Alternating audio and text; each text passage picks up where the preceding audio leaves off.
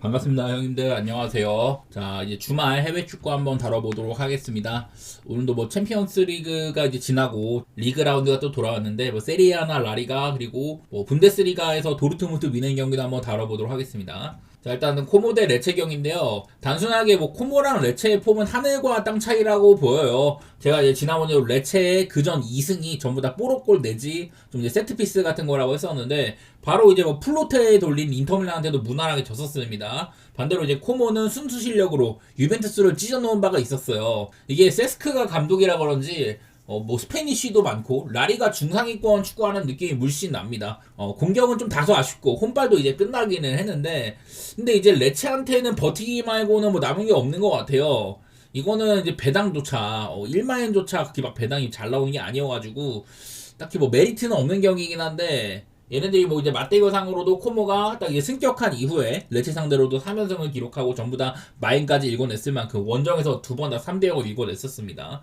뭐 이런 것들도 좋게 보여가지고 저는 뭐 코모 쪽으로 좋게 보는 경기가 될 것 같고 약간 뭐 언더 냄새도 조금 나는 경기이긴 한 것 같아요. 그 다음은 헬라스 베로나랑 나폴리인데요. 이제 얼마 전에 베로나는 기프트 오르반에 조금 다소간의 억울한 퇴장도 있었었고 지금 이제 최근에 모양새가 되게 좋지가 않습니다. 11경기 동안 3무 8패 중이고 홈에서도 뭐 전혀 나은 게 없는 그런 모양새더라고요. 뭐 득점도 별볼일 없고 실점을 리그에서 토리노 다음으로 두 번째로 많은 상태고 당장 이제 작년에는요 베로나가 이렇게 막 개막전 때 나폴리를 3대0으로 패기도 했었는데 원래는 이제 맞대결이 그전에도 보면 뭐 나폴리가 엄청 센 편이었지만은 베로나가 홈일 때는 가끔 뭐 이런 경우들이 좀 종종 나오기도 했었습니다. 나폴리도 이제 얼마 전에 뭐 아탈란타한테 깨지고 그전에는 뭐 로마랑도 비기고 뭐 이길 때도 시원시원한 맛이 좀 없어요. 그래서 원정인 경우에는 나폴리가 마인 보기도 조금 그렇거든요. 개인적으로는 일반승 배당도 좀 구려가지고 1햄무나 뭐 2햄무 이런 식으로 방향 설정하는 게 어떨까 그런 생각이 듭니다. 딱히 나폴리가 좀 이제 화력은 저는 좀 믿지 못하는 시기인 것 같아요. 이길 거는 같은데. 다음은 인터밀란 대 제노아 경기입니다. 챔피언스 리그를 탈락한 인터밀란 얘네들은 현재 리그 우승 확률이 뭐 90%에 이르렀다고 합니다. 그만큼 리그에만 이제 뭐 집중할 수 있는 단계고 리그에서는 현재 뭐 7연승을 달리고 있고요. 13승 1무 이렇게 질주 중입니다. 그리고 또 이제 제노아한테도 뭐 상대 전적이 매우 강력한 모습이 있는데 최근 8시즌 동안 10승 3무로 아주 강했었습니다. 더구나 이제 홈인 경우에 그 주세페 메아짜에서는 무려 이제 11연승을 달리고 있고 이게 1994년부터 해가지고서는 홈에서는 21경기 동안 18승 3무 맞대결 무패가 진행 중이라고 하더라고요. 맞대결도 엄청 강했는데 특히나 11연승을 달리고 있다. 홈인 경우에는 당장 이제 뭐 이맘때는 그때도 햄무였고 그 전년도에도 이제 홈에서 햄무였던지라서 사실 이제 요즘에 제노아가 데로시 감독을 선임하고 나서부터는 좀 나아졌다는 얘기를 많이 했었고 특히 이제 좀 공격 부분에서 좀 상승세가 있다 이런 얘기를 했거든요. 저는 좀 많이 편한 경기라고 생각하지 않습니다. 인터밀란 쪽에서 이런 기록은 좋지만은 제노아도 나름대로 저력이 있다. 그러면은 저는 오바도 나쁘진 않은 것 같기는 하네요. 뭐 인터밀란 사이드로 바라보는 것도 괜찮은데 어쨌든 뭐 챔스를 치르고 왔다는 이런 뭐 소모도도 있는 편이기도 하고 저는 뭐 오바도 나쁘진 않은 것 같기는 합니다. 인터밀란의 이런 승 기반으로 보는 건 맞겠지만은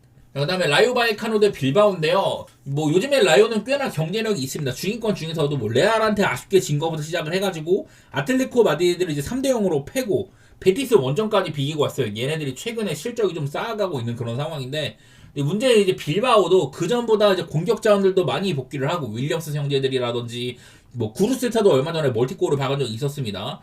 딱히 이렇게 좀 최저점이던 득점 페이스가 좀 나아지기는 한 모습인 것 같아요. 이건 저는 사실 라요의 좀 프렌 같은 것들을 볼 생각으로 왔는데 라요가 엄청 뭐 정배를 받았더라고요. 그래서 딱히 뭐 맛은 없는 것 같아. 그 대신에 이렇게 좀 맞대결상으로는 빌바오가 10년 동안 11승 2무 1패로 맞대결을 대단히 잘 펴왔다. 뭐 이런 것들이 있길래 올 시즌 빌바오는 뭐 작년 같지는 않지만 개인적으로는 뭐 빌바오가 프렌 받았으면 프렌 보는 것도 나쁘지 않겠다. 그런 생각을 했던 것 같아요. 물론 바이에카노 요즘에 좀 저력 있어 보이긴 한데 뭐 무승부 가능성도 충분히 있고 빌바오가 꽤나 괜찮은 시기다 이런 거 생각하면 저는 프렌 방향성을 좀 생각해 보겠습니다. 그리고 다음은 바르셀로나 대 뭐 비아레알인데요. 솔직히 뭐 긴 분석은 필요 없어요. 그냥 바르셀로나가 너무 세. 특히나 홈에서는 올 시즌 12전 전승입니다. 리그에서는 37득점 5실점 그냥 이 정도면 뭐 최강이라고 봐야죠. 거의 뭐 흔들림이 없다고 봐야 되고 뭐 비아레알도 리그 3이고 뭐 이런 거는 좋아요. 못하진 않는데 최근 특히나 이제 좀 바르셀로나 원정인 경우에 이제 또 누캄프에 가서는 원정 4경기 중에 3승이기도 합니다. 작년만큼 이제 비아레알도 공격이 매섭진 않아. 어쨌든 간에 뭐 챔스도 이제 뭐 탈락해가지고 좀 쉬기도 했고, 근데 마찬가지로 바르셀로나는 직행을 해가지고 쉬기도 했었습니다.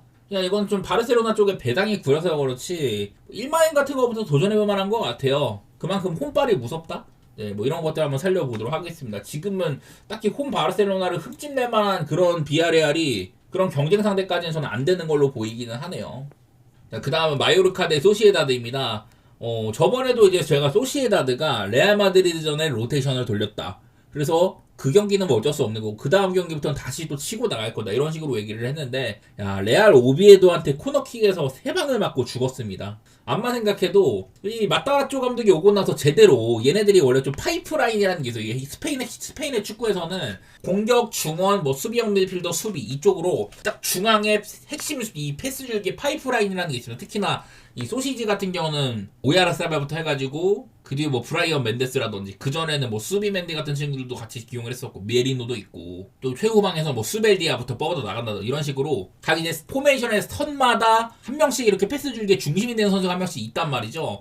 그런 것들을 다시금 또 가동시키고 있다. 또 매 경기 이제 제가 모든 경기에서 득점을 하고 있다고 했었고 감독 교체 이후에 그런 것들 상으로 저는 좋아진 건 확실히 맞는 것 같기는 해요. 반대로 지금 마요르카는 요즘에 이제 3연패를 달리고 있습니다. 뭐 상대들이 빡셌던 것도 있는데 이 소시지 역시 요즘에 좀 무서운 상대이기도 하죠. 강등권에 처박혀 있다. 올해 지금 이제 라리가에서 41실점인데 두 번째로 많은 실점이거든요, 마요르카가. 근데 그만큼 뭐 이 라리가가 좀 실점이 적은 리그라는 소리가 되기도 해요. 요즘에는 확실히 소시지가 제가 매번 말씀드린 이런 좀 득점력 같은 거 모든 경기에서 어쨌든 질 때 지더라도 뭐 득점을 한다든지 이런 게 좀 있어서 개인적으로는 소시지 경기는 오바보기도 나쁘지 않고 요즘엔 저는 소시지 원정승이 배당 대비해도 확실히 좀 볼만하다 싶습니다. 넓게 봤을 때는 사실 고배당으로는 마엔도전까지도 괜찮은 것 같은데 저는 여전히 소시다드 축구는 괜찮다. 직전 경기도 솔직히 말해서 오비에도한테 코너킥 3방 억울한 부분이 있다. 그렇게 좀 말씀드리고 싶네요. 자, 그 다음은 도르트문트 대 뮌헨입니다. 결국에는 또 이제 분데스리가에서 얘네들이 1등, 2등이에요. 그냥